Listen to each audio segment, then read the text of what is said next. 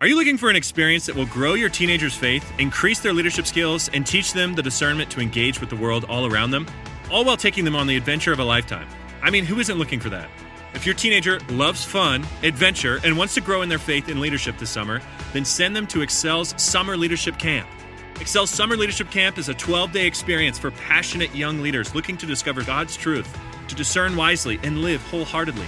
Your teenager will embark on a transformative journey in the Blue Ridge Mountains, where they'll build lasting friendships in the context of community, embark on thrilling adventures like camping, rock climbing, whitewater rafting, and they will receive expert training and certifications in categories like CPR and wilderness first aid. Each aspect of the camp is woven together to help them learn to discover truth, to discern wisely, and take godly action in the context of real-life situations. To learn more or begin an application, go to theexcelcamp.org. That's theexcelcamp.org. Hurry, because summer is just around the corner.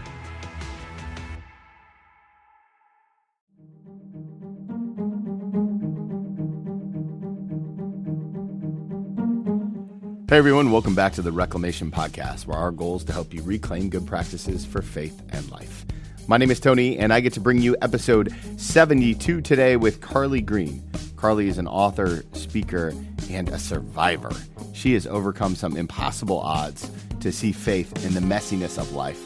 In her new memoir, Two Hearts, One Hope, she talks about why and how to overcome painful circumstances and see God in the midst of the mess. It was a great conversation from a Texas girl who just pours her heart out there right on the line. I know you're going to love it. I know you're going to love the perspective she brings. If you've ever been the underdog or ever felt like you're up against it, Karlie's story is a story for you. As always, none of this would be possible without you. So thank you for listening. Thank you for tuning in. Thank you so much for all the love and support. One of the ways that you can support the podcast is by leaving a rating or review wherever you listen to podcasts at. It would mean a great deal to us, especially on iTunes. That's where the majority of the people listen to podcasts. So a rating and review there goes a long way in helping people find the podcast. So in order to continue to grow and do what we love to do and bring you incredible episodes like the one I'm sharing with Karlie, those reviews really do make a difference. Another way to support the podcast is to shop at christianbooks.com. In the show notes today, you'll find an affiliate link so that you can go there. When you support the podcast through shopping at christianbooks.com, which is the largest online retailer for Bibles and for books, it really does go a long way. So without any further ado, here's my conversation with Karlie Green. Hey, everybody. Welcome back to the podcast. I'm so excited today to be here with a new friend, Karlie Green. Karlie is an author and a speaker, and she's going to share her story with us today. Karlie, thank you so much for being on the podcast. Thank you, Tony. I'm so glad to be here. Now, we were just talking before I press record. Tell all my guests where you are. I am in Amarillo, Texas. Amarillo. Now, you guys are really experiencing kind of a surge in the COVID stuff down there. Yeah. How does that feel? It's kind of scary. You don't want to, you get tired of staying indoors all the time, but then you're like, oh my goodness, do I go out? Do I wear a mask? Do I risk it? So it can be a little scary. You got to be careful. Well, I think that's scary is probably a really good word. And it feels like that's something that you've had to deal with before. And that's kind of what we're here today, to share a little bit of your story and what God has done through your story. As you know, one of the things that we talk about a lot here on the podcast is how to reclaim good practices for faith and life. And so I guess maybe a good place to start is, would you mind sharing a little bit of your story and kind of how you dealt with the scary moments? Sure. So I'm 36, and my story really begins at 2 days old. Wow. Yeah. Me and my identical twin sister, Karlie, were adopted at 2 days old. So we were both born with congenital heart disease. So we've been through a lot. I was born missing a fourth of my heart. Oh, wow. Yeah. Most people have a 4-chambered heart. I have a 3. So now, does that affect your life still today? Oh, yeah. Yeah. I've had 4 open heart surgeries, and I have Holy moly. Yeah. Oh, at 36, pacemaker at 36. Yes, sir. I got it when I was 25 years old. So so you're 2 days old. How do your parents deal with that?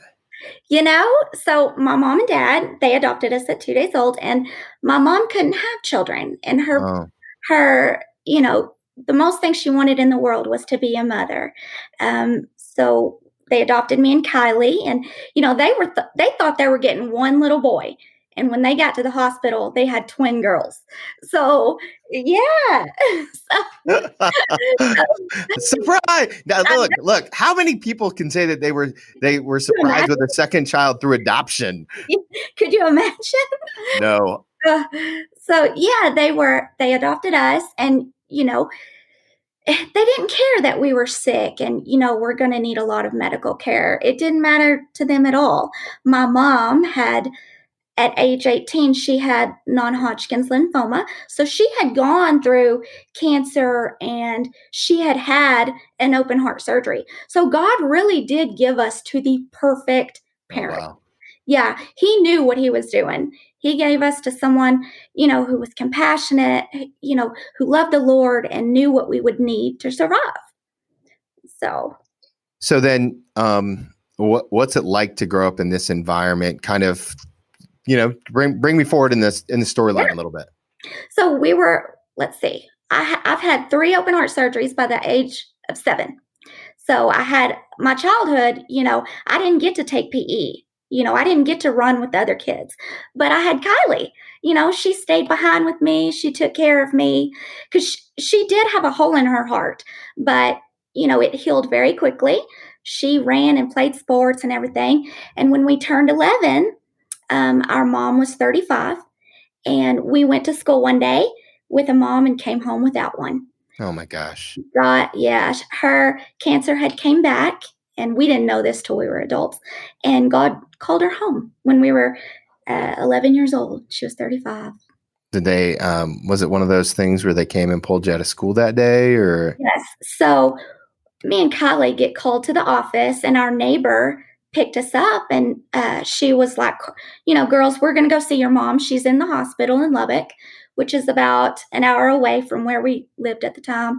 And we walked into her room, and she was asleep. She couldn't talk. And as soon as we walked out, she died. Oh wow. She had held on, for us to say goodbye. So, Now, as an 11-year-old girl, what does that do? you know, that feels devastating as a 39-year-old man, let alone an 11-year-old girl. How do you deal with that? Honestly, Tony, the only reason I got through it was because of God and Kylie. Our dad worked 2 jobs to support us. So when we were home, Kylie was taking care of me. She made the meals. Because I just couldn't do it. I was physically sick, Oh, wow. So she did everything for me. And had it not been for my faith, we had given our lives to Christ a year before. So mom got to see us, be baptized and all that. We grew up Southern Baptist. So had it not been for that and Kylie, I don't think we would have made it. I would have made it. Were there things in your life as you're experiencing all of this where you could kind of see God in the nudges? Tell me about some of those. How did you remain faithful? Because I know a lot of people, they want to give up. Well, it's just so easy to give up hope when there's so much loss and, honestly, death. Oh, yeah. So when we turned, I guess Kylie was 24, she went in and had her first heart surgery. And my world was rocked, because I had always been the one, in the hospital and, what's going on here? She had gotten an infection in her aortic valve. So she had to go get a fake one put in. And, I walked into that hospital room and her chest is wide open. She was so swollen they couldn't shut her. Oh, So no. for me to see something like that, I'm used to the one being in the hospital, being sick, going through all that. And by the grace of God, she pulled through. And we were 24 then. Were we 24, 22, I think, 24, somewhere around there. A lot's happened, Tony. Oh, my goodness. when we turned 25, I got rushed to Houston at Texas Children's, and they pulled a blood clot the size of a grapefruit out of my heart. No good. I had my fourth open heart surgery, and they put a pacemaker in, and I woke up 4 days later. Yeah. So, you know, I had when you're faced with that, they told me I had 48 hours to live. Oh, So wow. when you're faced with that, it's like, God, where are you at? What do I do? You know, Yeah. What did you do? I was with my dad. He had taken me, and I picked up the phone and I texted Kylie 3 words. I said, "Get here now." And Hmm. she took the red eye and stayed in bed with me that whole day in Now, where was she coming from? Amarillo. Okay. And that's about a 10-hour drive. Oh, From, yeah. I bet. Yeah. yeah. Texas is not a small state. Oh no, it's so big. So she was there when I had it. When I woke up, I had a whole new wardrobe. She had gone shopping those 4 days I had been asleep. Oh, wow. Yeah, I came home. She had bleached my house up and down, to make sure I was safe. And, she didn't leave my side. So, you look back and think, wow, how did I make that? And that wasn't the hardest thing I've ever been through. So, All right. I'll bite. I mean, how does the story progress from there? How does it get harder as you continue to go down this journey? well, when we turned 30, I get a text from my cousin saying, "You and Kylie have a brother, and he's been looking for y'all for a year." Oh, my. And I about fainted. Well, I would imagine. So I didn't even know what to do. I told Kylie, "Do you want to meet him?" What Now, are you guys living in the same town at this point in Amarillo? we are. Yeah. Okay. We were 30. Are you married, kids, anything like that yet, or? She has a little boy named Keegan.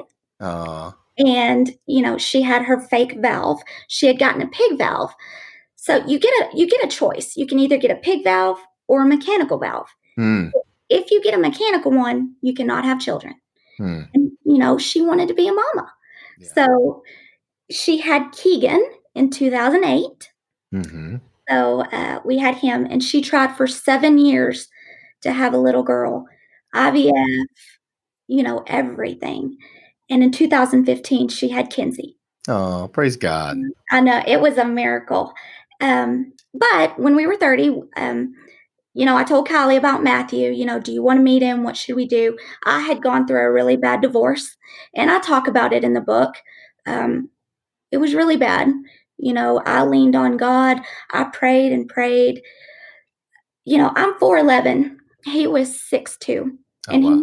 he hit me twice one night. Hmm. So I've been, and you never think that's going to happen to you. Sure. You don't marry someone for violence or whatnot. But God gave me the strength one morning to leave, and I never looked back. So, Let me ask you this, because I think a lot of the things that you're saying are going to feel like they may not apply to a lot of our listeners. But I think a lot of people, if they think about it for a minute, can think about moments that feel insurmountable. okay. And it seems like in a very short period of time in your life, you had some insurmountable moments. How would you tell someone, a young lady or a young man who maybe walks into your life now and says, "Hey, my life feels insurmountable. It feels like there's nothing good happening." What would you tell them? How do you overcome that? How do you lean on your faith in those kind of moments? When I think about that, how to make it through, I think about Jeremiah 29:11. Mm. God works everything out for the good. And I have leaned on that because there's so much bad, that's going to happen in life. God didn't say life's going to be easy. He never said that. No, sunshine and lollipops is not in the Bible anywhere that I've read it. Exactly. But he does say he will not leave you. Yeah. So I really leaned on that. Fast forward, I don't want to give everything away, but Kylie died a year ago. Oh. So, what do I do?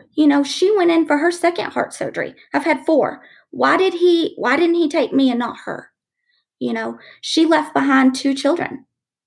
I don't have any. I have dogs. So nobody expected what happened to happen. Her valve, they only last 10 years. Hers was 15 years old. And she had gone to the doctor here in Amarillo last April, and he told her she looked great. Her heart looked great. Well, July 11th, she got rushed to Lubbock, and they rushed her into heart surgery, and the doctors came out and said, whoever told you that lied to you. Her heart valve had been leaking between 2 and 3 years, and there was nothing left. So she was in the hospital for 17 days, and I thank God he gave me that time with her, because she woke up. She couldn't speak or anything, but she did wake up, and she knew her whole family was there. She knew how much she was loved. We all prayed with her, and July 28th, God called her home. So Tony, had I not had God, and he spoke to me twice after she passed away. And had he not done that, had I not had my faith, I would not have made it. I know I would not have made it. Yeah, she was your everything. Everything. She took care of me for 35 years because I was so sick. I didn't get to, run and play as a normal child. When mom died, she was my mom. She was it, and when we became adults, she went and got a finance degree.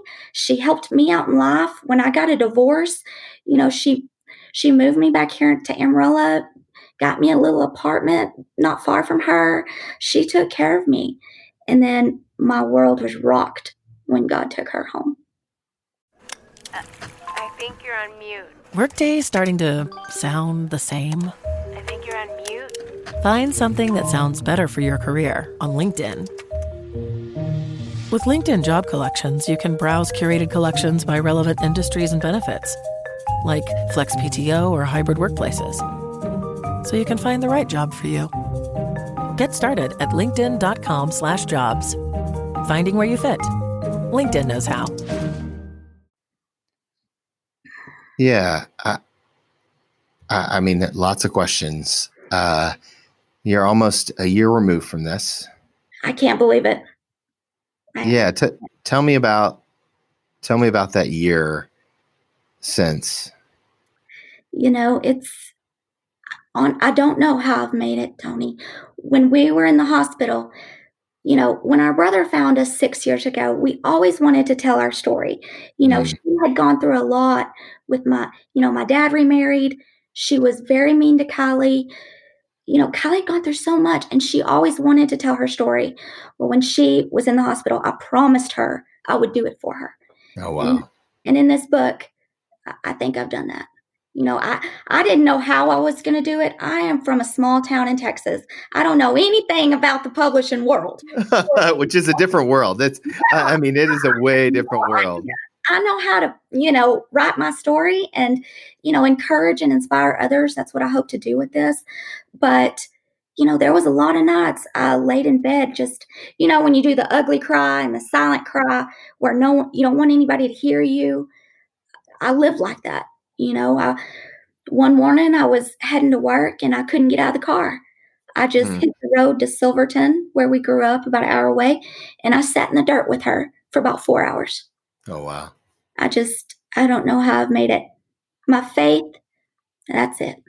So your brother, Matthew, where does he kind of fit into this story, and what does that look like? And, how does all that play into this?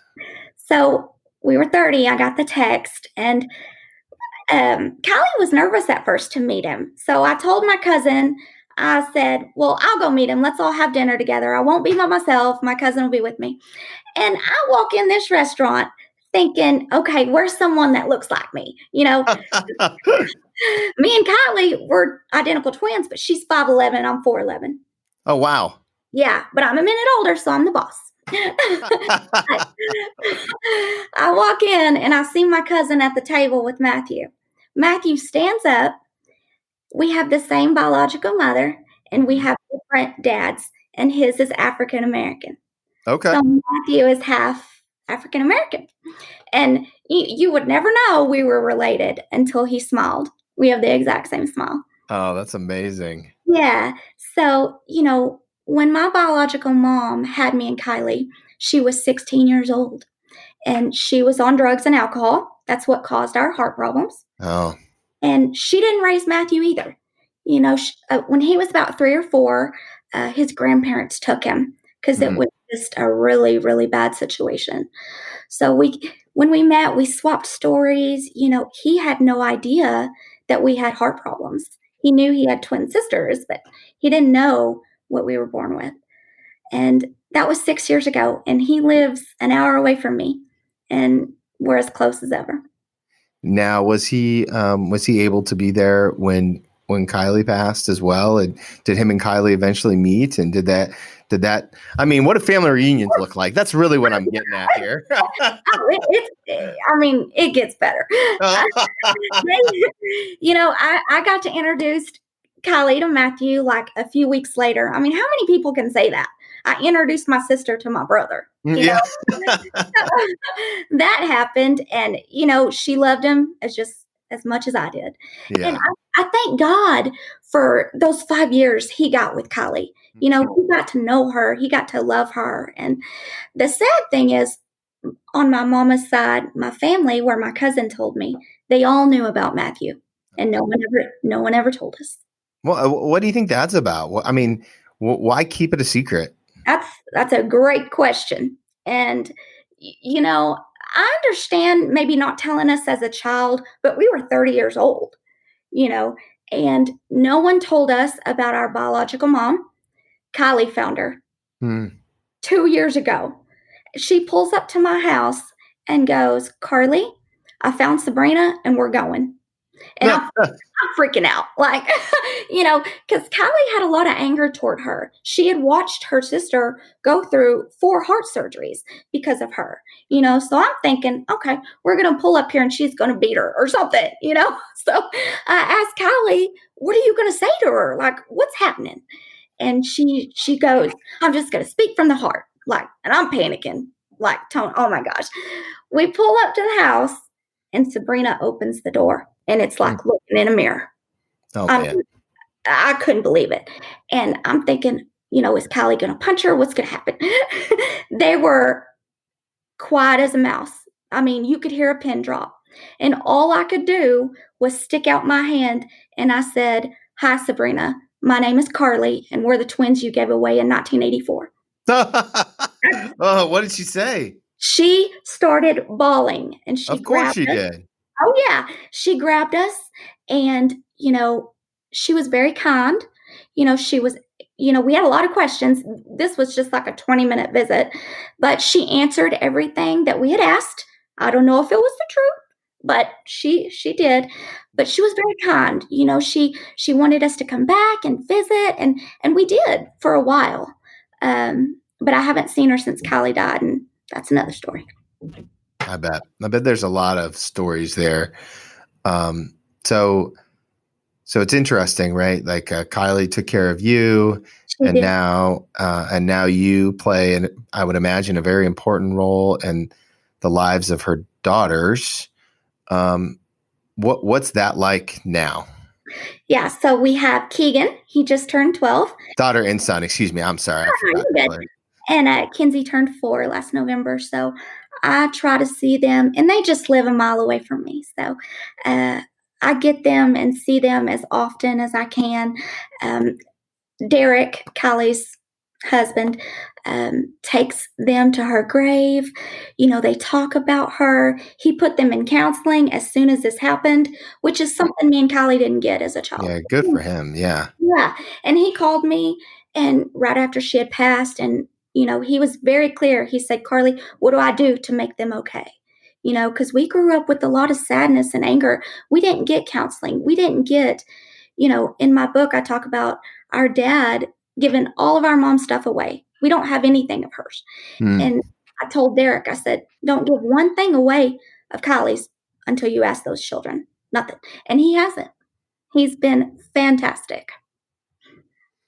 Do you think,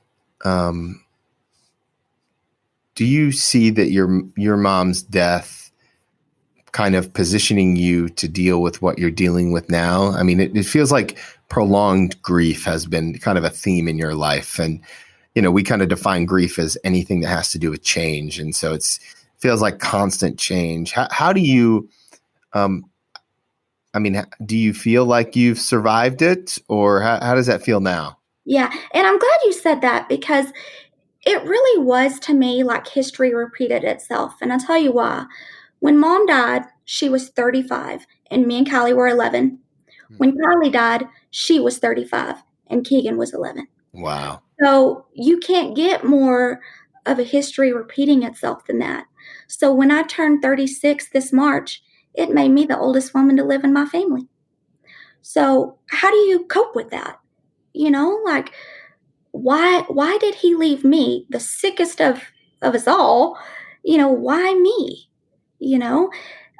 So I've opened my Bible, Tony, and I have read, and that's something I used to not do like I should. Anyone can read the Bible, but are you learning it? And it just spoke to me, and God spoke to me.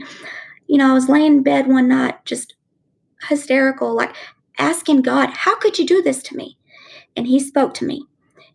And he goes, I did not do this to you. I did this for her. And I've been fine ever since. Tell me about that, because I'm a big, I love to dive into the, how do we hear God conversation, right? So I've always pictured the voice of God as Morgan Freeman. I've never heard I've never heard the audible voice of God. I believe in the audible voice of God, right? And I'm absolutely one of those people that believe that God still speaks. But let me ask you, what does it sound like for God to speak? Oh, and I'm being 100% honest. I had never heard God speak until Kylie passed away. And when I started really talking to him, Tony, I asked him that, and that's what he told me. The second time he spoke to me, I was at work, bawling, trying to hold it in. And, you read the Bible, all these verses about laying your hands on a sick person and he will heal them. And I asked God, I said, why didn't you heal her? We had, dozens of people up there. Why didn't you heal her?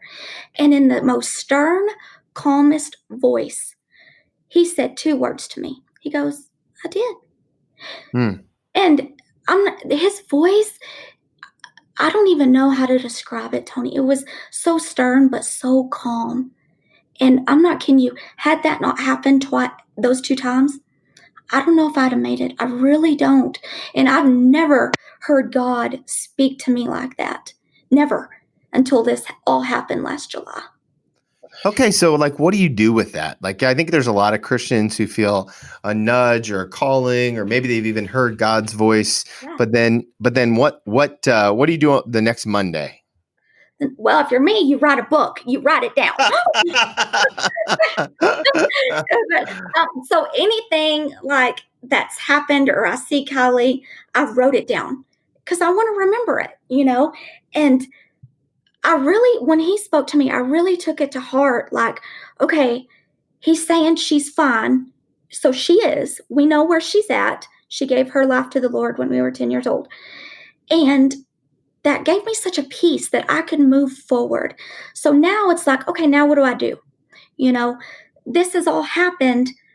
I have to tell the world how God has saved me, what he's done, Kylie's life, and how he saved her. Because we have a second brother, and that's another story. And God saved Kylie from him. Oh, wow. So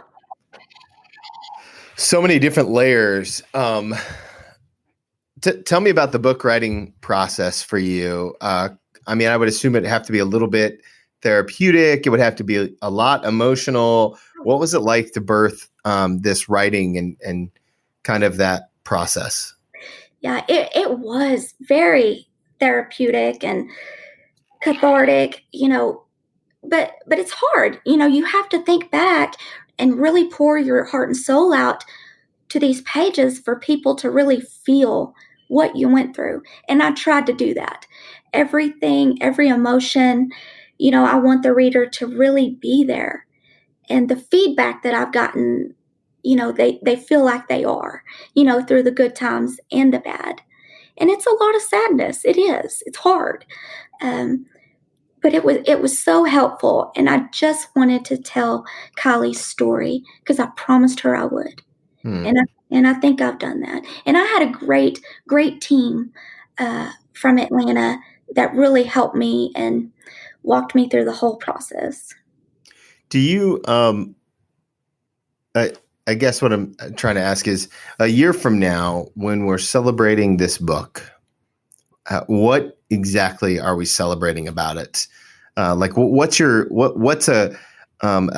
the goal around this writing, and what does it look like? Yeah. So I never did this for profit, if you will. Sure. Yeah. I Of course. did this Yeah. for Anybody who's ever written a book knows that you don't do it for the money, because no. there is no money in writing books unless you're selling millions. Right. And I'm not Oprah. So a year from now, I really hope that, it's about our story, but there's a lot of faith-driven words and, help in this book. So I really want people to be inspired to go after their dreams, because you never know how much time you have left. She was 35. That's young. And I want the readers, just to know, whatever path or dream that you feel like God is leading you toward, you can do it. If you have faith, and I tell the readers this in the book, faith will not prevent your tragedy, but it will get you through it. That's such a good word. I think it's an important word. Where can people go? I know that my listeners are going to want to follow you on the interwebs. They're going to want to pick up a copy of the book. Where can they go to do all those things? So they can go to karliegreen.com. I'm on Facebook and Instagram at karliegreen27. And the book is on Amazon and in Barnes & Noble. They can go online and get it there, and it's on Kindle. But Wait, yeah. So why is there 27 at the end of your Instagram handle? I always like to know. Well, someone took Karlie Green, so I don't know who has that. But but you're going to need it back. No, 27. Mine and Kylie's birthday is March 27th. Oh, that's awesome. That's awesome. Okay, the last question I always love to ask people is an advice question, right? So I always like to see what kind of advice people would give themselves.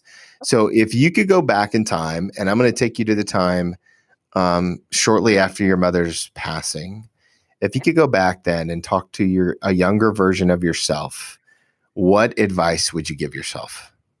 Honestly, pray more, lean into God, lean into faith, because I went so long without doing that. And had I done that, I think, maybe I would have processed things a little more differently. I know Kylie would have been in a better place. But when she died, that stopped. We moved.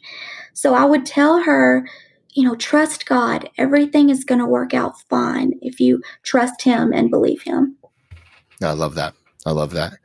Karlie, thank you so much for taking the time to share a little bit of your story. And we are praying for you and for this book, and that God will use it to do some amazing things in and through this community. So now, when does it officially release on sale? It went on sale just this month, right? This Tuesday. This Tuesday. Yeah. This Tuesday. So we'll be rooting for you, and I can't wait to see it, how it does, and all that God does through it. I really appreciate it. Thank you so much. What an incredible conversation with Karlie. I love her heart. Love the way that she just sees the world and honestly continues to press on. She's so positive for have faced so much trauma, and I follow her on Instagram and continue to love to see what God is doing in her and through her. And so do me a favor, give her a follow on Instagram. Let her know how much you appreciated her being on the Reclamation Podcast. Share the episode wherever you can. Leave a rating or review. And as always, shop with our partner, christianbooks.com. I appreciate you guys. I hope you have a wonderful week, and I look forward to connecting with you real soon.